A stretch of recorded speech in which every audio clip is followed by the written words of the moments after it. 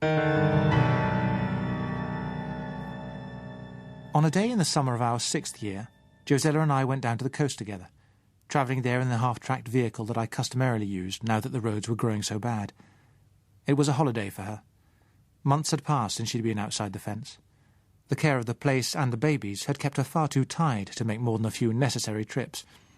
But now we had reached the stage where we felt that Susan could safely be left in charge sometimes, and we had a feeling of release as we climbed up and ran over the tops of the hills. On the lower southern slopes we stopped the car for a while and sat there. It was a perfect June day, with only a few light clouds flecking a pure blue sky. The sun shone down on the beaches and the sea beyond just as brightly as it had in the days when those same beaches had been crowded with bathers and the sea dotted with little boats. We looked down on it in silence for some minutes. Josella said, "Don't you still feel sometimes that if you were to close your eyes for a bit you might open them again to find it all as it was, Bill?" "I do." "Not often now," I told her. "But I've had to see so much more of it than you have. All the same, sometimes... And look at the gulls, just as they used to be." "There are many more birds this year," I agreed. "I'm glad of that." Viewed impressionistically from a distance, the little town was still the same jumble of small red-roofed houses and bungalows, populated mostly by a comfortably retired middle class. But it was an impression that could not last more than a few minutes. Though the tiles still showed, the walls were barely visible. The tidy gardens had vanished under an unchecked growth of green, patched in colour here and there by the descendants of carefully cultivated flowers. Even the roads looked like strips of green carpet from this distance. When we reached them, we should find that the effect of soft verdure was illusory. They would be matted with coarse, tough weeds. "Only so few years ago," Josella said reflectively, "people were wailing about the way those bungalows were destroying the countryside. Now look at them." "The countryside is having its revenge, all right," I said. "Nature seemed about finished then. Who would have thought the old man had so much blood in him?" "It rather frightens me. It's as if everything were breaking out, rejoicing that we're finished and that it's free to go its own way. I wonder, have we been just fooling ourselves since it happened? Do you think we really are finished with, Bill?"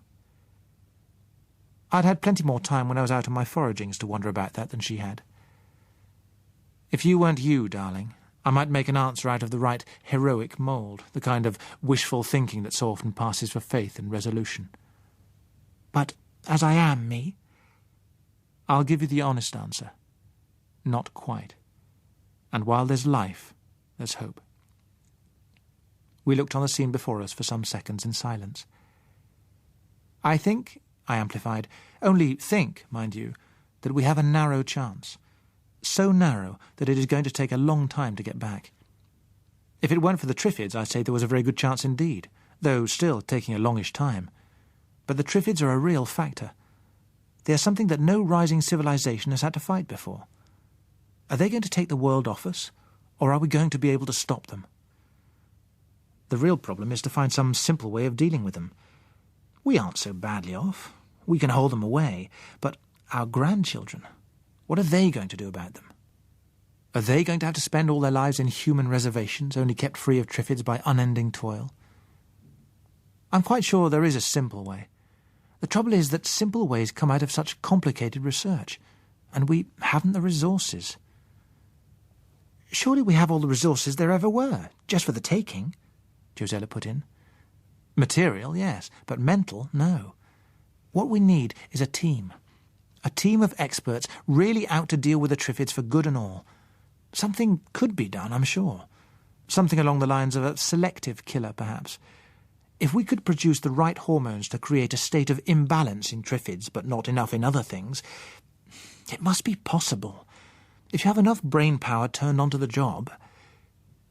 "If you think that, why don't you try?" she asked. "Too many reasons. First, I'm not up to it. A very mediocre biochemist, and there's only one of me. There'd have to be a lab and equipment. More than that, there'd have to be time, and there are too many things which I have to do as it is. But even if I had the ability, then there would have to be the means of producing synthetic hormones in huge quantities. It would be a job for a regular factory. But before that, there must be the research team. People could be trained. Yes, when enough of them can be spared from the mere business of keeping alive. I've collected a mass of biochemical books in the hope that perhaps, sometime, there will be people who can make use of them. I shall teach David all I can, and he must hand it on. But unless there is leisure for work on it sometime, I can see nothing ahead but the reservations. Josella frowned down on a group of 4 Triffids ambling across a field below us. They used to say that man's really serious rivals were the insects. It seems to me that the Triffids have something in common with some kinds of insects. Oh, I know that biologically they're plants. What I mean is, they don't bother about their individuals, and the individuals don't bother about themselves. Separately, they have something which looks slightly like intelligence. Collectively, it looks a great deal more like it. They sort of work together for a purpose, the way ants or bees do. Yet you could say that not one of them is aware of any purpose or scheme, although he's part of it. It's all very queer, probably impossible for us to understand anyway. They're so different. It seems to me to go against all our ideas of inheritable characteristics.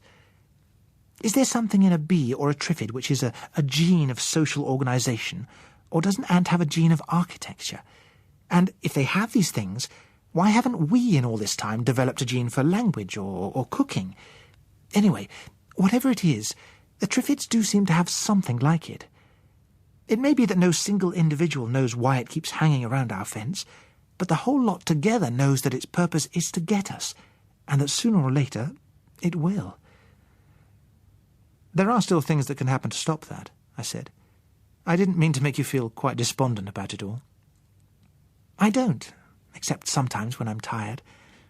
Usually I'm much too busy to worry over what may happen years ahead.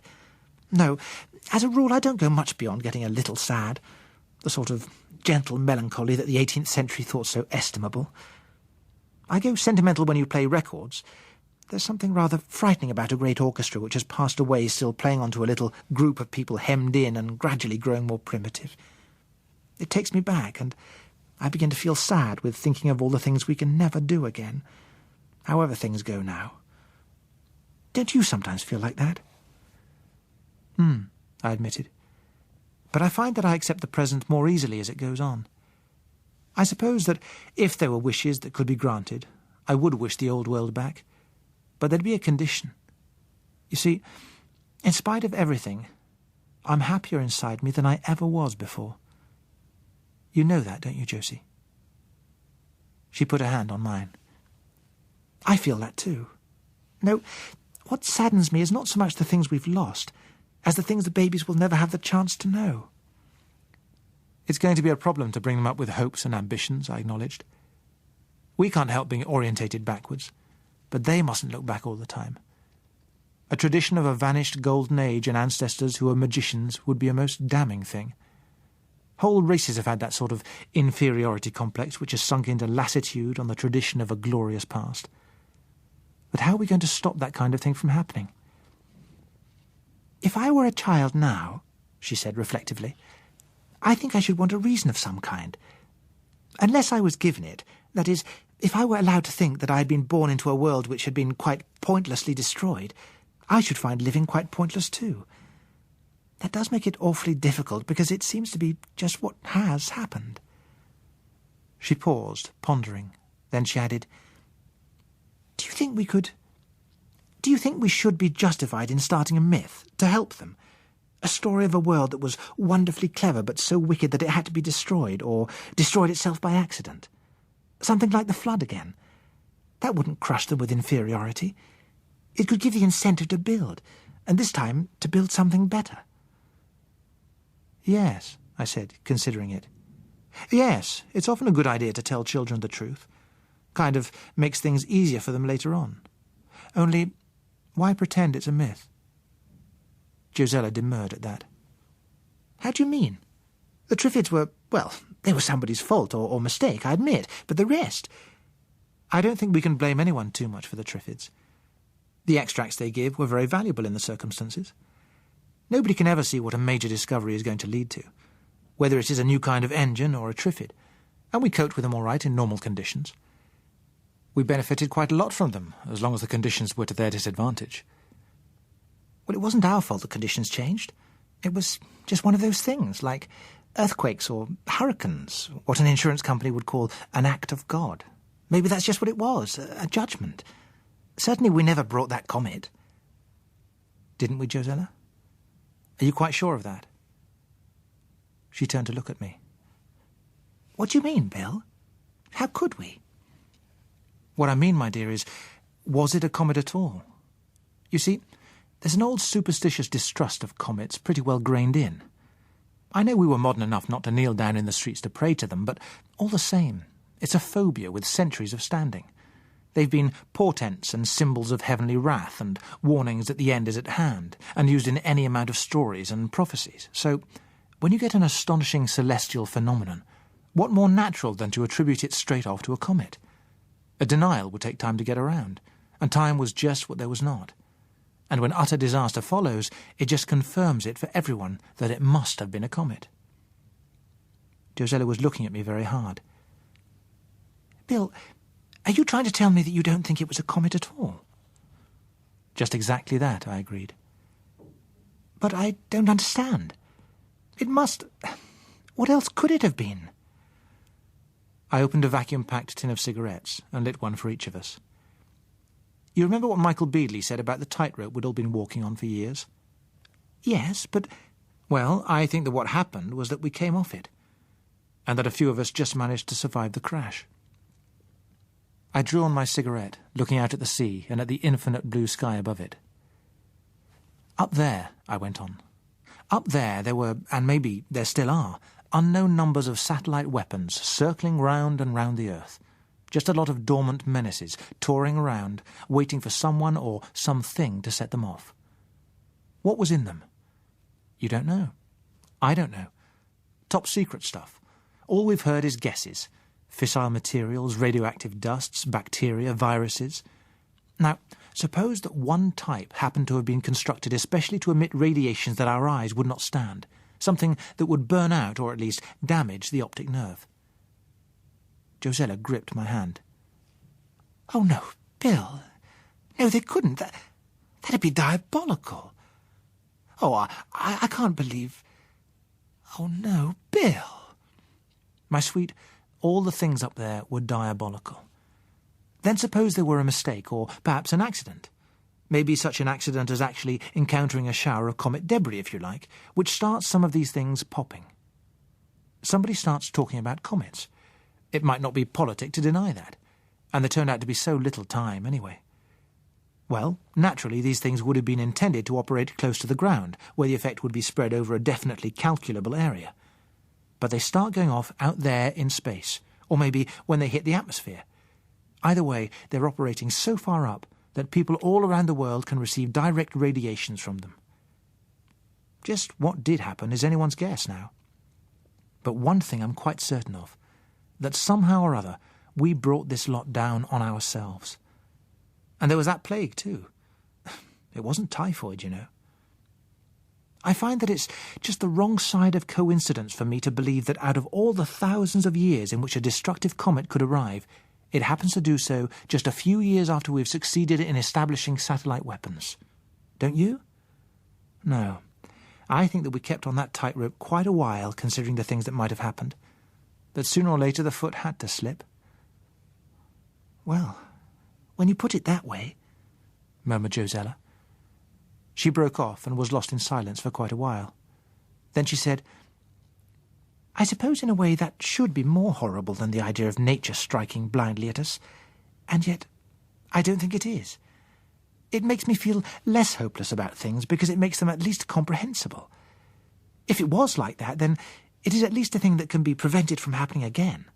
Just one or more of the mistakes our very great-grandchildren are going to have to avoid. And, oh dear, there were so many, many mistakes. But we can warn them. Well, I said. Anyway, once they've beaten the Triffids and pulled themselves out of this mess, they'll have plenty of scope for making brand new mistakes of their very own. Poor little things, she said, as if she were gazing down rows of increasingly great-grandchildren. It's not much that we're offering them, is it? People used to say, life is what you make it. That, my dear Bill, outside very narrow limits, is just a load of... Well, I don't want to be rude, but I believe my Uncle Ted used to say that, until somebody dropped a bomb which took both his legs off. It changed his mind, and nothing that I personally did caused me to be living at all now.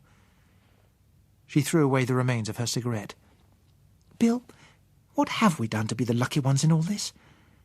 Every now and then, when I stop feeling overworked and selfish, that is, I think how lucky we really have been, and I want to give thanks to something or other. But then I feel if there were anybody or anything to give thanks to, they'd have chosen such a much more deserving case than me. It's all very confusing to a simple girl. And I said, feel that if there were anybody or anything at all in the driving seat, quite a lot of the things in history could not have happened. But I don't let it worry me a lot. We've had luck, my sweet. If it changes tomorrow, well, it changes. Whatever it does, it can't take away the time we've had together. That's been more than I ever deserved, and more than most men get in a lifetime. We sat there a little longer looking at the empty sea, and then drove down to the little town. After a search which produced most of the things on our wants list, we went down to picnic on the shore in the sunshine, with a good stretch of shingle behind us over which no Triffid could approach unheard. We must do more of this while we can, Josella said. Now that Susan's growing up, I needn't be nearly so tired. If anybody ever earned the right to let up a bit, you have, I agreed. I said it with a feeling that I would like us to go together and say a last farewell to places and things we had known while it was still possible. Every year now the prospect of imprisonment would grow closer. Already to get northward from Schoening, it was necessary to make a detour of many miles to pass the country that had reverted to marshland. All the roads were rapidly becoming worse with the erosion by rain and streams, and the roots that broke up the surfaces. The time in which one would still be able to get an oil tanker back to the house was already becoming measurable. One day one of them would fail to make its way along the lane, and very likely block it for good. A half-track would continue to run over ground that was dry enough, but as time went on, it would be increasingly difficult to find a route open enough even for that. And we must have one real last fling, I said. You shall dress up again, and we'll go to— Shh, interrupted Josella, holding up one finger and turning her ear to the wind. I held my breath and strained my ears. There was a feeling rather than a sound of throbbing in the air. It was faint, but gradually swelling. It is. It's a plane, Josella said. We looked to the west, shading our eyes with our hands. The humming was still little more than the buzzing of an insect. The sound increased so slowly that it could come from nothing but a helicopter. Any other kind of craft would have passed over us or out of hearing in the time it was taking. Josella saw it first. A dot a little out from the coast, and apparently coming our way, parallel with the shore. We stood up and started to wave. As the dot grew larger, we waved more wildly and, not very sensibly, shouted at the tops of our voices. The pilot could not have failed to see us there on the open beach had he come on, but that was what he did not do. A few miles short of us, he turned abruptly north to pass inland. We went on waving madly, hoping that he might yet catch sight of us. But there was no indecision in the machine's course, no variation of the engine note. Deliberately and imperturbably, it droned away towards the hills. We lowered our arms and looked at one another. If it can come once, it can come again, said Josella sturdily, but not very convincingly. But the sight of the machine had changed our day for us. It destroyed quite a lot of resignation we'd carefully built up. We had been saying to ourselves that there must be other groups, but they wouldn't be in any better position than we were, more likely in a worse. But when a helicopter could come sailing in like a sight and sound from the past, it raised more than memories. It suggested that someone, somewhere, was managing to make out better than we were. Was there a tinge of jealousy there? And it also made us aware that, lucky as we had been, we were still gregarious creatures by nature. The restless feeling that the machine left behind destroyed our mood and the lines along which our thoughts had been running. In unspoken agreement, we began to pack up our belongings, and each occupied with our thoughts, we made our way back to the half-track and started for home. Chapter 16. Contact. We had covered perhaps half the distance back to Schoening when Josella noticed the smoke. At first sight it might have been a cloud, but as we neared the top of the hill, we could see the grey column beneath the more diffused upper layer. She pointed to it and looked at me without a word. The only fires we had seen in years had been a few spontaneous outbreaks in later summer. We both knew at once that the plume ahead was rising from the neighbourhood of Churning. I forced the half-track along at a greater speed than it had ever done on the deteriorated roads. We were thrown about inside it, and yet still seemed to be crawling. Josella sat silent all the time, her lips pressed together and her eyes fixed on the smoke. I knew that she was searching for some indication that the source was nearer or further away, anywhere but at Churning itself. But the closer we came, the less room there was for doubt. We tore up the final lane, quite oblivious of the stings whipping at the vehicle as it passed. Then, at the turn, we were able to see that it was not the house itself, but the woodpile that was ablaze. At the sound of the horn, Susan came running out to pull on the rope which opened the gate from a safe distance. She shouted something which was drowned in the rattle of our driving in. Her free hand was pointing not to the fire, but towards the front of the house. As we ran further into the yard, we could see the reason. Skillfully landed in the middle of our lawn stood the helicopter. By the time we were out of the half-track, a man in a leather jacket and breeches had come out of the house. He was tall, fair, and sunburned. At the first glance, I had a feeling I'd seen him somewhere before. He waved and grinned cheerfully as we hurried across. "Mr. Bill Mason, I presume. My name is Simpson, Ivan Simpson." "I remember," said Josella. "You brought in a helicopter that night at the university buildings." "That's right. Clever of you to remember. But just to show you you're not the only one with a memory, you are Josella Playton, author of—" "You're quite wrong," she interrupted him firmly. "I'm Josella Mason, author of David Mason." "Ah, yes. I've just been looking at the original edition, and a very creditable piece of craftsmanship too, if I may say so." "Hold on a bit," I said. "That fire—" "It's safe enough, blowing away from the house, though I'm afraid most of your stock of wood has gone up." "What happened?" "That was Susan. She didn't mean me to miss the place. When she heard my engine, she grabbed a flamethrower and bounded out to start a signal as quickly as she could. The woodpile was handiest. No one could have missed what she did to that." We went inside and joined the others. "By the way," Simpson said to me, "Michael told me I was to be sure to start off with his apologies." "To me?" I said, wondering. "You were the only one who saw any danger in the Triffids, and he didn't believe you." "But do you mean to say you knew I was here?" "We found out very roughly your probable location a few days ago, from a fellow we all have cause to remember, one Coker." "So, Coker came through too," I said. "After the shambles I saw at Tinsham, I'd an idea the plague had got him." Later on, when we had had a meal and produced our best brandy, we got the story out of him. When Michael Beadley and his party had gone on, leaving Tinsham to the mercies and principles of Miss Durrant, they had not made for Bedminster, nor anywhere near it. They had gone north-east into Oxfordshire. Miss Durrant's misdirection to us must have been deliberate, for Bedminster had never been mentioned. They had found there an estate which seemed at first to offer the group all it required, and no doubt they could have entrenched themselves there as we had entrenched ourselves at Churning. But as the menace of the Triffids increased, the disadvantages of the place became more obvious. In a year, both Michael and the Colonel were highly dissatisfied with the longer-term prospects there. A great deal of work had already been put into the place, but by the end of the second summer there was general agreement that it would be better to cut their losses.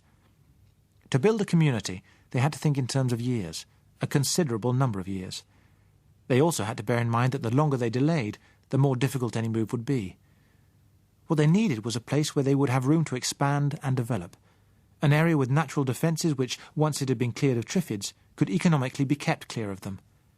Where they now were, a high proportion of their labour was occupied with maintaining fences, and as their numbers increased, the length of fence line would have to be increased. Clearly, the best self-maintaining defence line would be water. To that end, they had held a discussion on the relative merits of various islands. It had been chiefly climate that had decided them in favour of the Isle of Wight, despite some misgivings over the area that would have to be cleared. Accordingly, in the following March they had packed up again and moved on. "When we got there," Ivan said, "the Triffids seemed even thicker than where we'd left. No sooner had we begun to settle ourselves into a big country house near God's Hill than they started collecting along the walls in thousands. We let them come for a couple of weeks or so, then we went for them with the flamethrowers. After we'd wiped that lot out, we let them accumulate again, and then we blitzed them once more, and so on. We could afford to do it properly there, because once we were clear of them, we'd not need to use the throwers any more. There could only be a limited number in the island, and the more of them that came round us to be wiped out, the better we liked it.